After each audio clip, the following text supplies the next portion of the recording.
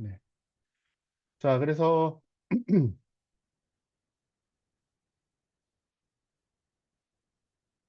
네.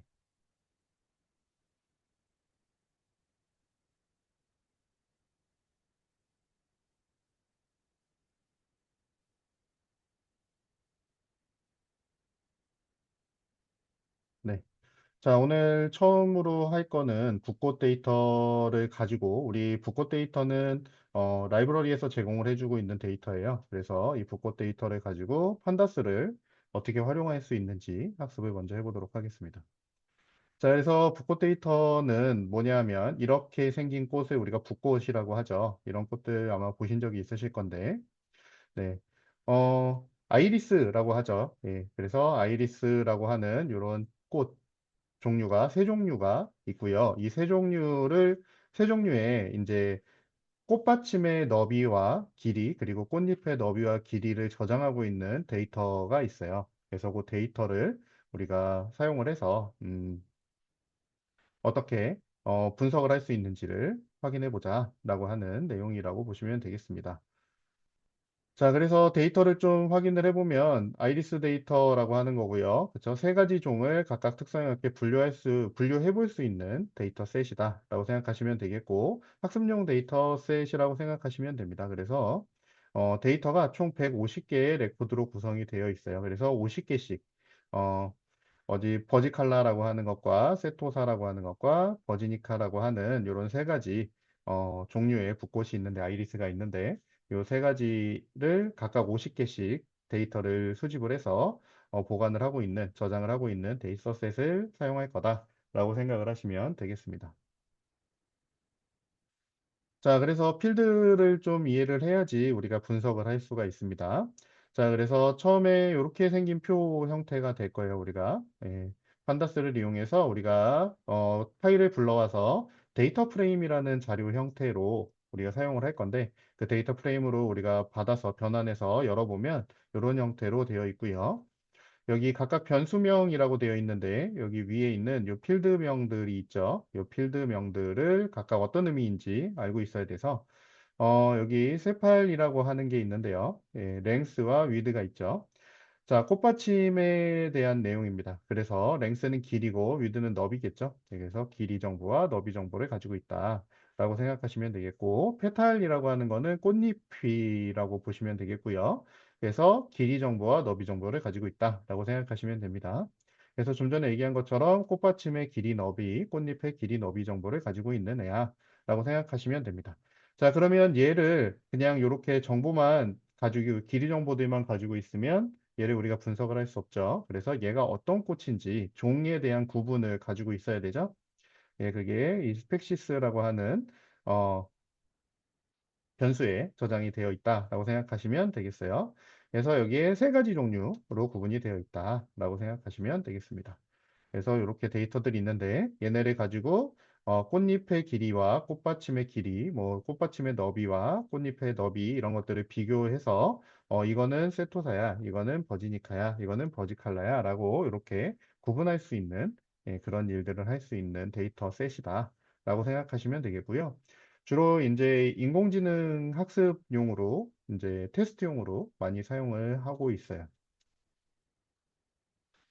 자, 그래서 붓고 데이터를 분석을 해보려면 일단 데이터를 읽어와야 됩니다. 네, 그래서 처음에 이제 판다스를 임포트를 시켜줘야 돼요. 근데 여러분은 지금 우리는 콜앱을 사용을 하기로 했어요. 그래서 콜앱에서 데이터를 우리가 좀 더 손쉽게 가지고 오고 저장하고 하려면 구글 드라이브를 같이 사용을 하면은 편합니다. 그래서 구글 드라이브를 우리가 사용을 할 건데요. 간단하게.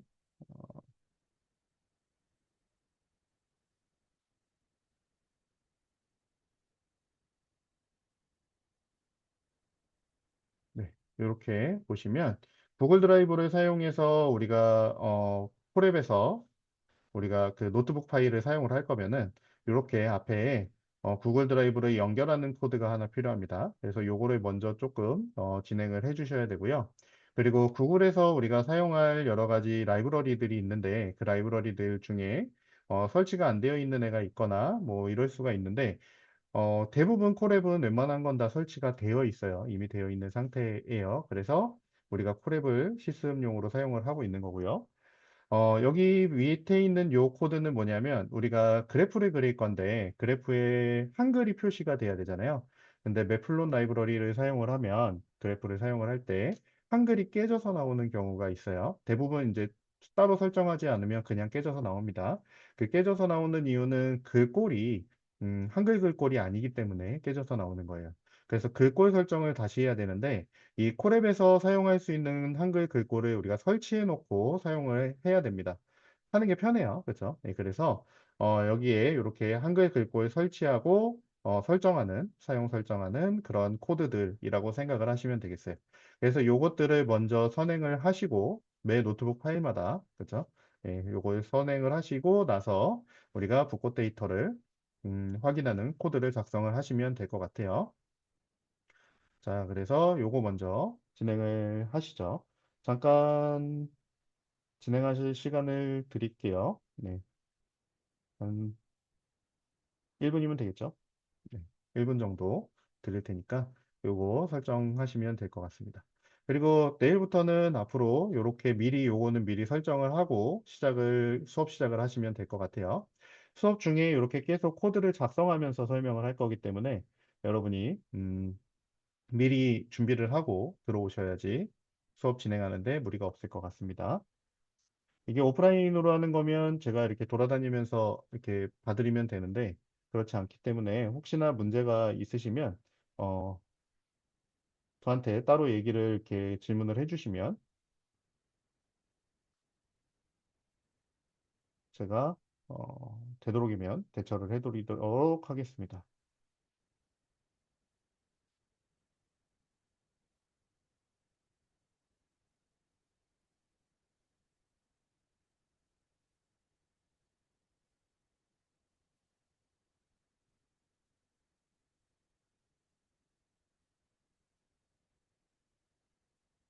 네, 다 하시고 나면 옆에 어,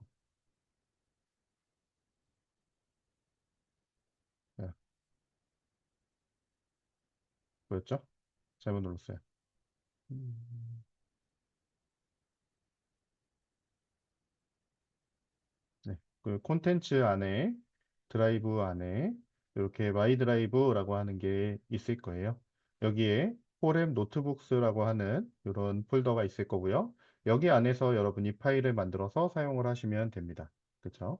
여기서 만들어서 사용하시면 되고 요 폴더 안에다가 여러분 아까 제가 링크 공유해 드렸던 파일들 있죠? 요 데이터 파일들 쭉 다 넣어서 압축 풀어서 이렇게 넣어 놓으시고 사용하시면 됩니다.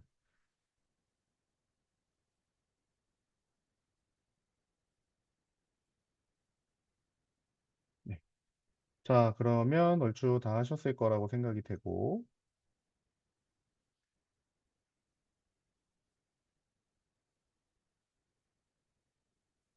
네. 자, 여기서 다시 보도록 하죠. 자, 그래서 읽어드려 오는 것부터 다시 해보도록 하겠습니다. 자, 첫 번째 행에서 import pandas as pd 이렇게 써놨어요. 그죠? 자, import라고 하는 건 뭐, 여러분 다들 대부분, 파이썬의 기초는 다 배우고 오셨을 거고, 판다스 사용을 해보셨을 거라고는 생각이 되지만, 혹시 안 들으신 분이 있을 수가 있어서 설명을 간단하게 드리면, 판다스라고 하는 그 라이브러리가 있고요. 그쵸? 라이브러리가 있고, 임포트를 시키겠다라는 거는 내가 지금 만들고 있는 파일에다가 요 판다스 라이브러리를 포함시켜서 내가 이 안에 있는 내용들을 사용할 거야. 라는 의미예요. 그리고 as라고 하는 거는 판다스라고 하는 게 길기 때문에 매번 판다스라는 걸 사용할 때마다 이 판다스 라이브러리 안에 있는 내용들을 사용하려면 함수나 객체나 이런 것들을 사용하려면 이렇게 앞에 pd 점 이런 식으로 판다스 점 이렇게 붙여서 사용을 해야 되거든요. 근데 판다스 점 기니까 두 글자로 줄여서 쓸 거야. 별명을 만들 거야. 라는 의미로 as라는 키워드를 사용하는 거고요. 자, 그리고 pd라고 써준 거는 얘의 별명을 pd로 쓸 거야. 라는 겁니다. 그러면 요 파일 안에서는 판다스 대신에 pd라고 하는 글자를 사용을 하시면, 키워드를 사용을 하시면 된다. 라고 생각하시면 되겠습니다. 그래서 여기 보시면 pd.read 언더바 csv 이런 식으로 써 있죠. 예. 요거는 read csv 함수를 호출할 건데 이 함수는 pd라고 하는 애가 가지고 있는 거야 라는 거예요. 그래서 pd는 판다스를 임포트 시킨 거죠. 그래서 판다스가 가지고 있는 read csv 함수를 호출해 줘 라는 의미가 된다라고 생각하시면 됩니다. 자, 그래서 read csv를 하려면 파일을 지정을 해줘야 되죠. 이 파일을 읽어줘 라고 하는 거예요. CSV 파일을 읽어줘 라고 하는 함수라고 생각하시면 되는데 그러면 파일 이름이 있어야 됩니다. 그래서 여기 파일 네임이라고 했는데 이 파일 네임을 미리 알고 있어야 되죠. 그래서 위에 보시면 여기 파일 네임 이퀄 따옴표 했어요. 그죠? 큰 따옴표 아니고 작은 따옴표 했는데 큰 따옴표 하셔도 상관없습니다. 따옴표는 큰 따옴표든 작은 따옴표든 예, 문자열로 저장을 해주면 된다라고 생각하시면 되겠고요. iris.csv 이렇게 했는데 여러분이 이제 콜앱을 사용하지 않고 다른 걸 사용하시면 절대 경로를 사용을 안 하시고 상대 경로를 사용하실 수 있는 경우들이 있어요. 그때 이렇게 iris.csv 이렇게 쓰시면 내가 만들고 있는 노트북 파일과 같은 폴더 안에 있는 파일이라면 잘 읽어질 거예요. 잘 불러들여질 건데, 그렇지 않고 다른 폴더에 있거나 해서 경로를 잘 모르는 경우가 있을 수가 있어요. 그럴 때는 경로를 지정을 해줘야 됩니다. 그걸 절대 경로라고 하는데, 지금 같은 경우 우리는 콜앱에서 사용을 하고 있는 거기 때문에 이런 식으로 경로를 붙여줘야 돼요. 근데 지금 요거 작성할 때 제가 여기에 콜앱 그 파일 폴더를 저 지정을 안 하고 지금 써놔서 그걸 다시 보여드리면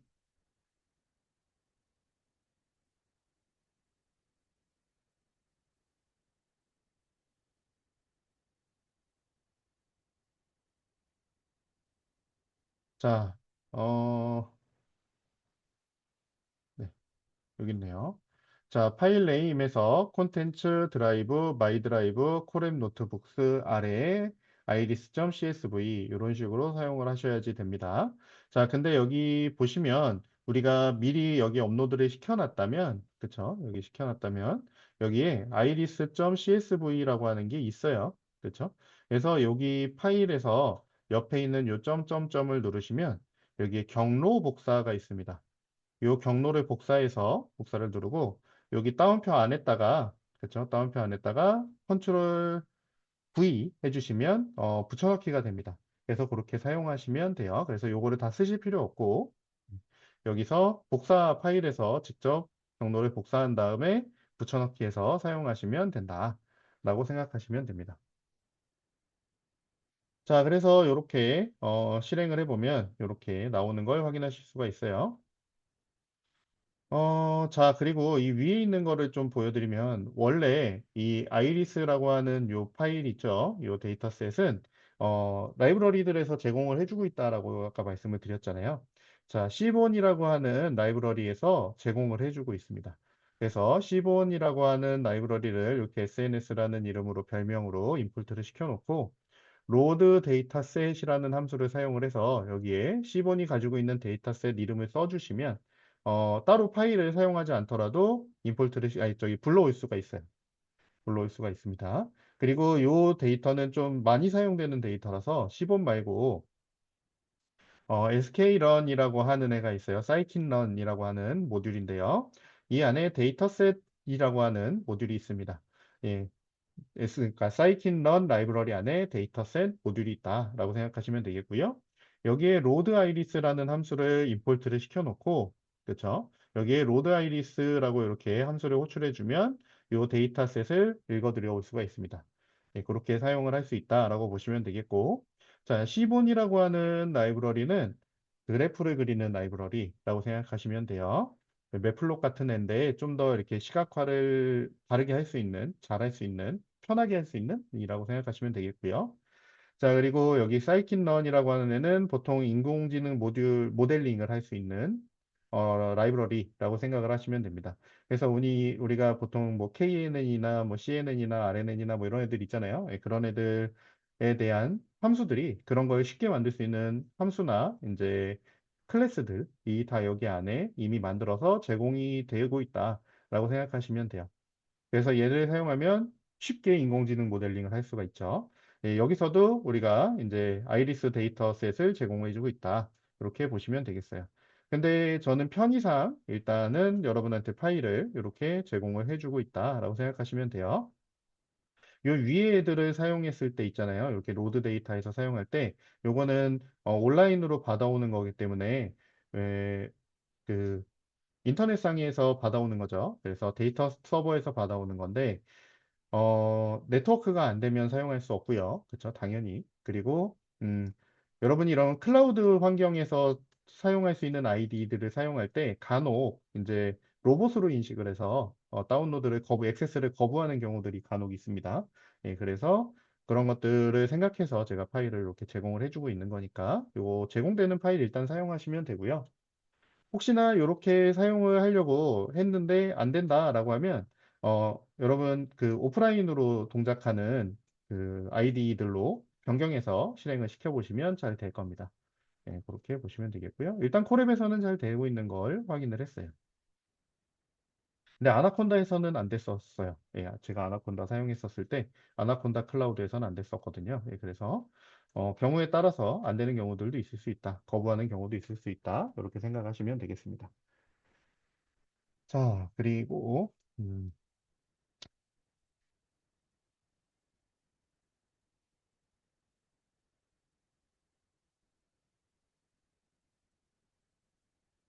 자, 그리고 이제 구조를 좀 확인을 해봐야 됩니다. 그래서 iris.info라고 이렇게 작성을 해봤어요. 이 iris.info는 iris라고 하는 애가 우리 데이터셋을 가지고 온 거잖아요.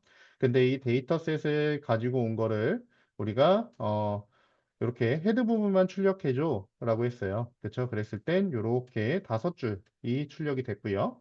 그리고 info 이렇게 해주면 요거의 구조를 출력해줘 라고 하는 거라고 생각하시면 됩니다. 자, 그래서 여기 보시면 pandas.core.data 아니 frame.data frame 이렇게 돼 있죠. 그래서 클래스는 데이터 프레임이야 라고 이렇게 생각하시면 되겠고 우리가 그냥 읽어드려 왔어 라고 했어요. read CSV 했어요. 근데 이거를 뭘로 했냐면 pd.read.csv 했으니까 판다스 모듈을 가지고 읽어드리기를 했죠.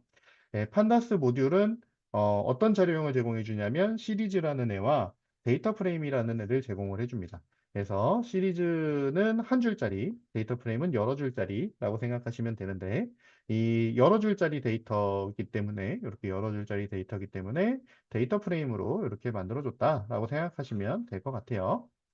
자, 그래서 여기 보시면 레인지 인덱스라고 했는데 150 이렇게 돼 있습니다. 그러면 0부터 149까지 쓸 수 있는 거야 라고 생각하시면 되겠고요. 그래서 여기 보시면 0 to 149 이렇게 써 있죠. 자, 그리고 컬럼이라고 하는 게 있는데 컬럼은 열이에요. 그쵸? 열. 그래서 열은 5개가 있어 라고 이렇게 정보를 보여주고 있고요. 그 구조를 이렇게 보여주고 있는데 컬럼은 이렇게 이런 순서대로 이런 이름으로 되어 있어 라는 거고요. 그리고 non null count라고 되어 있는데 이거는 널이 아닌 값이 들어있는 행들이라고 생각하시면 되겠죠. 그래서 세팔 랭스에 해당하는 열들의 칸들이 있죠. 예, 그 칸들이 비어 있는 게 아닌 안 비어 있는 칸이 몇 개니? 라고 하는 거예요. 그래서 150개 칸이 데이터가 들어있어 라고 하는 거죠. 그래서 전부 150개씩 들어있는 걸 확인하실 수가 있어요. 그리고 여기엔 데이터 타입이 나와 있죠. 그렇죠? 그래서 여기 실수로 되어 있고 여기는 오브젝트로 이렇게 되어 있다라고 생각하시면 되겠습니다. 그리고 메모리 얼만큼 사용하는지 뭐 이게 나오는데 사실 요거는 우리는 이제는 그렇게 중요하지 않죠. 어, 보통 예전에는 메모리가 부족하고 막 이런 경우들이 생길 가능성이 있어서 요거를 중요하게 볼 수 있었겠지만 지금은 뭐 요 정도 메모리가 부족할 일은 별로 없죠. 그래서 그냥 신경 안 쓰시고 넘어가셔도 크게 상관은 없을 것 같아요. 자, 그리고 이제 붓꽃 데이터 읽어와서 확인을 해볼 겁니다. 여러분 여기 지금 이렇게 설명을 쭉 하고 있는데 이거 다 쳐보셔야 됩니다. 쳐보시고 여러분이 확인하시면서 넘어가셔야 됩니다. 뭐 설명을 들으시면서 쳐보시면 되겠죠. 네.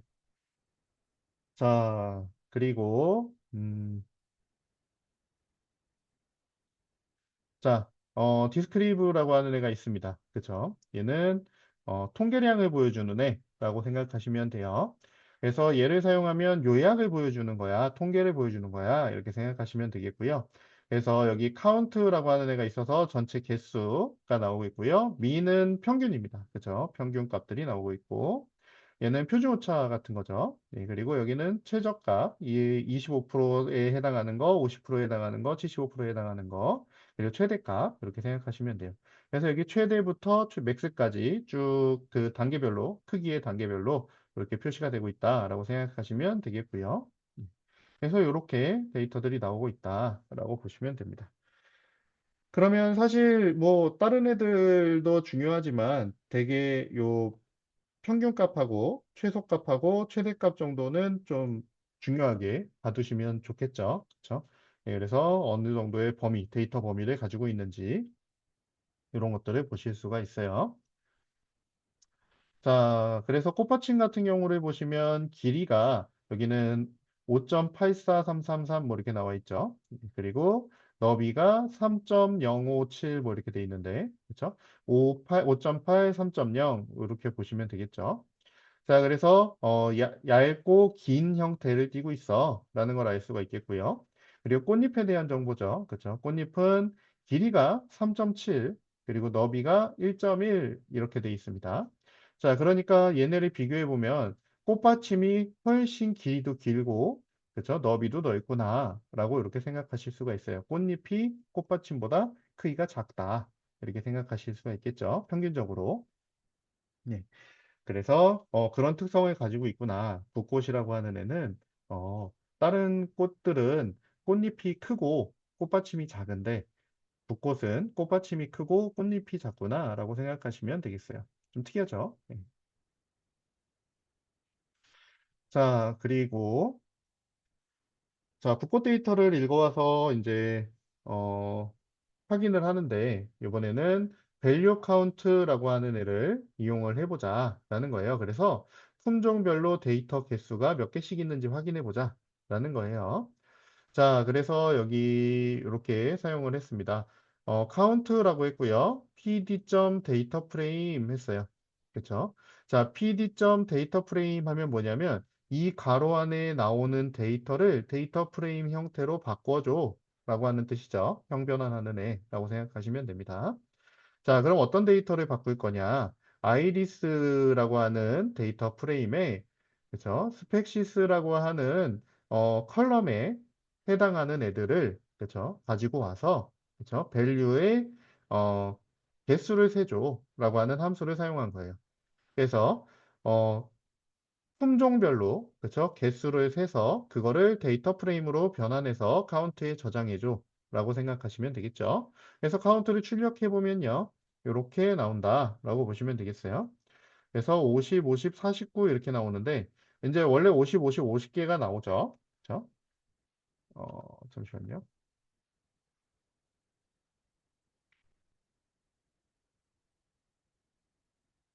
네.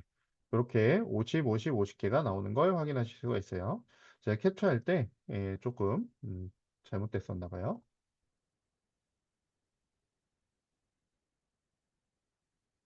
자, 그리고 복고 데이터를 전처리하는 걸 보도록 하겠습니다. 자, 일단 결측치라고 하는 걸 확인해 보자라는 거예요. 결측치라는 건 뭐냐면 빈칸이 있느냐라는 거예요. 빈칸이 있느냐. 데이터가 결손이 생기게 있느냐라는 거죠. 네, 그래서 비어있는 칸이 있느냐라고 물어보자라는 거예요. 그래서 is null이라고 하는 함수를 사용을 하면 그렇죠? is null이라고 하는 함수를 사용하면 비어있니? 라고 하는 하고 물어보는 거다라고 생각하시면 되겠고 점 sum 해주면 그거를 합계를 내줘라고 하는 거예요.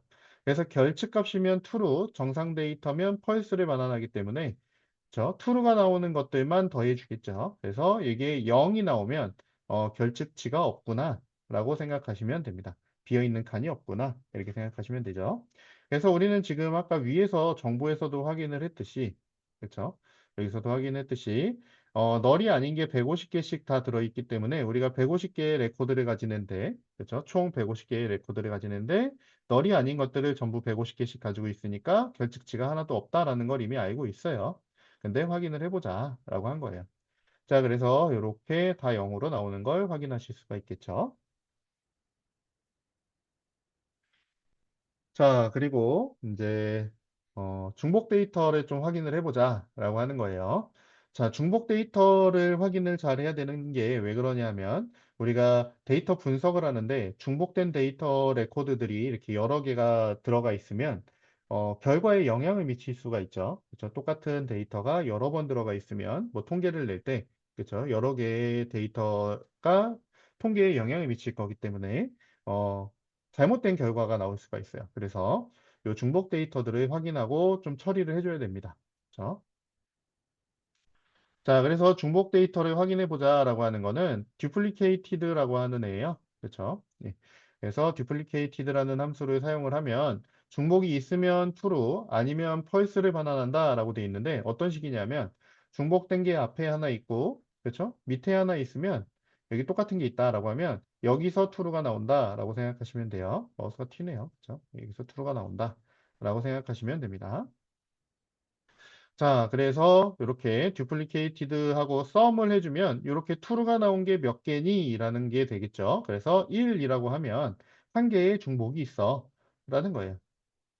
그러면 그 중복되는 데이터가 몇 번째 인덱스에 있는지를 확인을 해야겠죠. 그래서 인덱스는 iris.duplicated 이렇게 해줍니다. 그러면 iris.duplicated 했으니까 iris 데이터 프레임에 들어있는 중복된 애를 그쵸? 찾아서 그 인덱스를 여기다 넣어줘 라고 하는 거라고 생각하시면 되겠고요.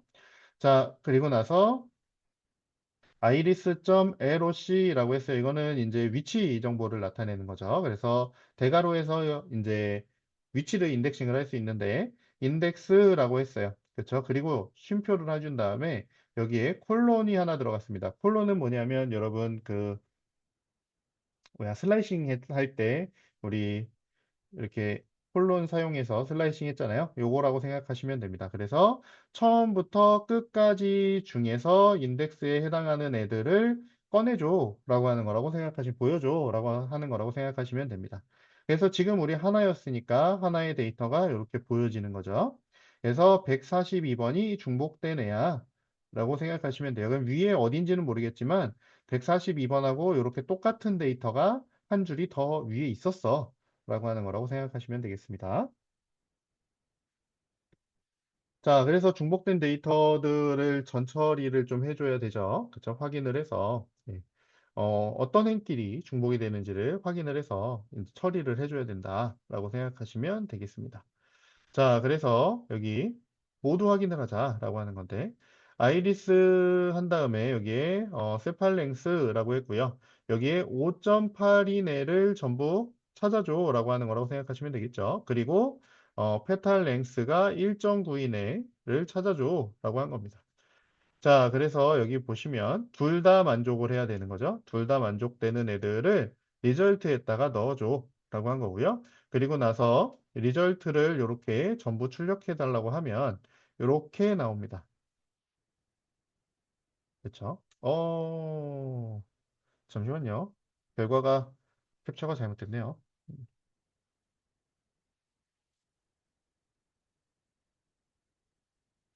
자, 이걸로 보여드리겠습니다.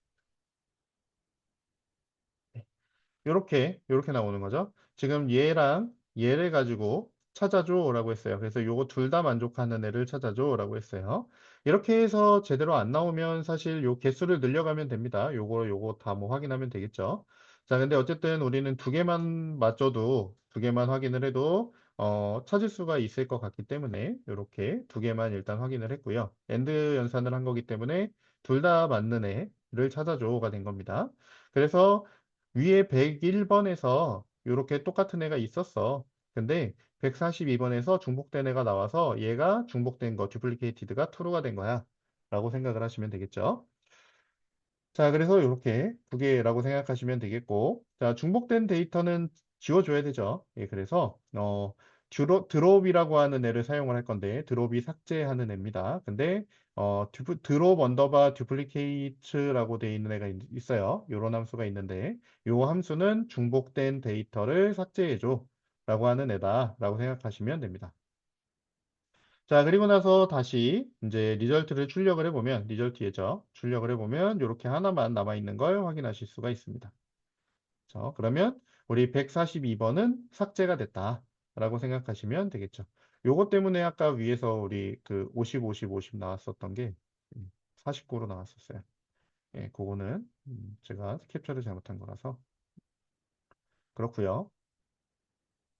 네, 그래서 이렇게 중복된 애들을 전부 제거해 줘야지 제대로 데이터 분석을 할 수 있어 라고 하는 거라고 생각하시면 됩니다. 자, 그리고 iris duplicated sum 해주면 이제 다시 확인하는 거죠. 중복된 애들이 있는지, true가 있는 애들이 있으면 전부 더해줘 라고 한 건데 0이 나왔으니까 이제 더 이상 중복된 애가 없어 라고 하는 거라고 생각하시면 되겠습니다. 이렇게 어렵지 않죠? 지금 하고 있는 것들이 뭐냐면 데이터 전처리하는 과정들이잖아요. 데이터를 내가 확인하고, 그렇죠? 데이터에 중복된 걸 제거하고 이런 일들을 하고 있는데 데이터를 분석하기 전에 전처리 과정이 굉장히 중요한 거라서 여러분 이걸 항상 잘 해주셔야지 됩니다. 자, 그리고 이제 그룹핑을 한번 해보자. 정렬도 해보자. 라고 하는 거예요. 그렇죠? 자, 그래서 iris.groupby라고 하는 함수를 사용합니다. groupby라는 함수는 그룹핑을 해줘라는 애예요. 말 그대로. 자, 그래서 spexis라고 하는 컬럼을 이용을 해서 그룹을 만들어줘라고 하는 거라고 생각하시면 되겠고. 자, 그리고 그걸 표시하는 방법은 sum을 해줘라고 했어요. 그러면 이렇게 만들어지는 거죠. 스펙시스가 세토사인 애들끼리의 전부 합계를 전부 이렇게 보여주는 거고요. 버지 컬러라고 하는 애들의 합계, 그렇죠? 그리고 버지니카라고 하는 애들의 합계들이 이렇게 쭉 나오는 거다라고 생각을 하시면 되겠습니다. 그래서 그룹화를 할 수가 있구나. 똑같은 값들이 들어있는 열에서 똑같은 값들이 들어있는 애들끼리 그룹을 만들 수가 있어. 라고 하는 거라고 생각하시면 되겠고, 그룹이 되는 기준을 우리가 이런 식으로 정해줄 수 있구나. 라고 생각하시면 되겠어요. 썸은 사실 큰 의미가 없잖아요. 그래서 민을 사용을 해봤습니다. 그렇죠? 그래서 그룹을 똑같이 해주는데 스펙시스를 이용을 해서 그룹을 해주는데 이번에는 민을 해서 결과를 보여줘 라고 하는 거라고 생각하시면 되겠고요. 그래서 여기 보시면 세토사가 뭐 이렇게 평균값이 이렇고 그렇죠? 버지칼라는 평균값이 이렇고 버지니카는 평균값이 이래 라고 이렇게 나오는 거죠. 네. 그래서 이렇게 확인할 수 있다 라고 보시면 되겠습니다. 자, 그래서 판다스에서 이제 데이터를 좀 시각화해 보자 라고 하는 게 나옵니다. 자, 아이리스를 이렇게 그냥 출력을 해보면 이렇게 들어있는 걸 확인하실 수가 있어요. 그렇죠? 이렇게 쭉 들어있는 걸 확인하실 수가 있고요. 어, 자, 그리고 이제 FC 리스트에서 그래프 나눔 고딕이라고 하는 애가 있는데 요거는 뭐냐면 지금 우리가 나눔 고딕이라는 이름으로 위에서 아까 맨 처음에 글꼴을 한글 글꼴을 설치를 해놨었어요. 나눔이었죠. 이렇게 폰트 나눔 이렇게 설치를 했었죠. 그래서 이렇게 설치해서 설치된 것들이 어떤 것들이 있는지 이름을 확인하고자 한 거예요. 그래야지 우리가 이제 사용을 할 수가 있기 때문에 네. 그래서 이렇게 경로 어디에 설치되어 있는지 경로도 이렇게 나오고 파일 글꼴 파일명도 나오고 그리고 글꼴 이름도 이렇게 나옵니다. 그렇죠? 네. 그래서 이렇게 보시면 되겠고요. 우리는 그러면 여기에 있는 요 글꼴 파일을 지정해서 경로를 지정해서 사용을 하면 됩니다. 이제 요 경로를 지정하지 않아도 원래는 잘 됐었는데 제가 요거 준비하다가 다시 실행을 시켜보니까 경로가 뭔가 꼬였는지 잘 안 됐는지 모르겠는데 경로 지정을 안 하면 안 돼서 저는 경로를 일단 다 써놨어요. 근데 여러분은 보통 이렇게 나눔 고디까지만 이렇게 .ttf 안 쓰고 나눔 고디까지만 써도 될 가능성이 있습니다. 원래 그렇게 해도 되거든요. 예, 근데 안 됐었어요. 그래서 여기 패스 설정을 따로 한 겁니다. 원래는 여기 폰트 패밀리에서 나눔 고딕 이렇게만 써주시면 돼요. 그렇죠? 근데 요게 경로를 못 찾아서 제가 할 때 경로를 못 찾아서 이렇게 경로 설정을 해준 건데 요거만 써서 잘 되면 요거 안 하셔도 됩니다. 그렇죠? 근데 요거 해서 잘 안 되고 잘 못 not found 뭐 이렇게 나오면 요거를 설정을 해주시면 됩니다. 그렇게 알고 계시면 되겠고요. 자, 그래서 경로 설정해 준 거고 요게 이제 폰트 설정해 주는 거다라고 생각하시면 돼요. 네, 그래서 나눔 고딕으로 이렇게 폰트를 설정해 줬다라고 보시면 되겠고요. 요거를 설정 안 하시면 여기에 요 꽃받침의 길이 시각화 뭐 이게 전부 네모로 나옵니다. 그렇죠? 네모로 나와요. 한글이 깨져서 전부 네모로 나오게 돼서 이렇게 글꼴 설정을 해줘야 된다. 라고 보시면 되겠고요. 요거는 매플롯 라이브러리를 사용하시면, 그러니까 그래프 그릴 때는 항상 해야 된다라고 생각하시면 됩니다. 한글을 사용하실 거면. 네. 자, 그리고 네. 자, mpl.rc 파람스라고 하는 게 있는데 요거는 마이너스가 깨져서 나오는 게 있어요. 우리가 나눈 고딕을 그냥 사용을 하면 음수가 나오는 경우 여기에 지금은 음수가 없는데 저 밑에 음수가 있어서 해놓은 건데 여기에 음수가 만약에 있다 아니면 여기에 음수가 있다라고 하면 마이너스 기호가 깨져서 나오는 경우가 있습니다. 그래서 마이너스 기호를 우리가 깨지지 않도록 사용하기 위해서 요 코드를 사용하는 거다라고 생각하시면 되겠고요. 자, 그리고 이제 파일을 우리가 넣어줘야 되는데, 파일 네임을 이렇게 써줬습니다. 콘텐츠 드라이브, 우리 아까 사용했던 거죠. 예, 이렇게 넣어줬고요. 자, 그리고 아이리스는 pd.readcsv에서 파일 네임 해줘서 파일을 다시 읽어드려왔다. 이렇게 생각하시면 되겠고요. 자, 헤드 부분을 가지고 오라고 했고요. 그쵸? 지금 출력이 안 됐는데, 여기 지금 밑에 코드들이 있어서 출력이 안 됐나 봐요. 여기에 프린트 아이리스 점 헤드 해주면 우리 헤드 부분 앞에서 보았던 것처럼 5개만 출력이 될 겁니다. 그거 하려고 넣어놨던 건데, 예, 출력이 안 됐네요. 자, 그리고 자, iris.cepal length 0에서 10개. 그죠? 그리고 플롯해서 kind 해서 바 했습니다. 이거는 뭐냐면 iris라고 하는 데이터 프레임이 가지고 있는 cepal length를 그쵸? 10개를 가지고 와. 0에서 0번부터 9번까지. 그쵸? 10개를 가지고 와. 잘라와. 그리고 그거를 가지고 플롯을 그려줘. 라고 하는 겁니다. 데이터 프레임 자체가, 아니죠. 판다스 자체가 매플롯 라이브러리를 이제 임포트해서 사용을 하고 있기 때문에 플롯을 바로 그릴 수 있게 함수를 제공해주고 있어요. 자, 그리고 여기에 kind는 어떤 종류의 그래프를 그려줄 거니, 플롯을 그려줄 거니? 라는 거예요. 여기서 바라고 하면 막대 그래프를 그려줘. 라고 하는 겁니다. 자, 그리고 lot은 이제 회전이에요. 그죠? 그래서 0으로 해주면 회전하지 않게 이렇게 한 거다라고 보시면 되겠고요. 자, 그리고 여기 타이틀이 있습니다. 꽃받침의 길이를 시각화하는 거야 라고 이렇게 제목을 써준 거예요. 그래서 여기 꽃받침의 길이 시각화라고 표시가 된 거고요. 자, X레이블이라고 되어 있어요. 라벨이죠. X라벨이라고 되어 있는데 얘는 데이터 이렇게 써줬으니까 여기에 데이터 이렇게 나오는 겁니다. X축의 제목 라벨이라고 생각하시면 되겠고 Y 라벨은 Y축의 저기 뭐야 제목이죠. 그래서 여기 꽃받침의 길이 이렇게 나오는 거다라고 생각하시면 되고 쇼 해주면 이제 그래프를 그려줍니다. 이 쇼를 하기 전까지의 데이터들은 계속 가지고 있는 거예요. 이게 설정 값들은 다 저장을 하고 있다가 그래서 이 plt 점 한 애들이 전부 저장을 하고 있다가 어 쇼 하는 순간 보여주는 거다라고 생각하시면 됩니다.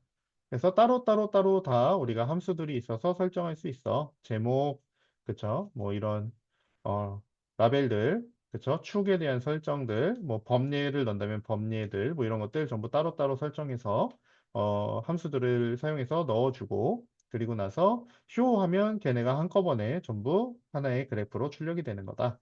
이렇게 생각하시면 됩니다. 자, 그래서 이렇게 그려보면, 예, 데이터가 0번부터 9번까지, 지금 10번까지라고 되어 있기 때문에 10개라고 되어 있는 거죠. 0부터 10 앞에까지라고 생각하시면 됩니다. 그래서 0부터 9까지 데이터가 있고, 꽃받침의 길이를 이렇게 각각 출력할 수 있다라고 생각하시면 돼요. 자, 이거는 시각화를 하는 예시를 보여주려고 10개만 일단 출력을 해본 건데, 사실 얘는 뭐 데이터 분석에 큰 의미가 있는 건 아니죠. 그렇죠?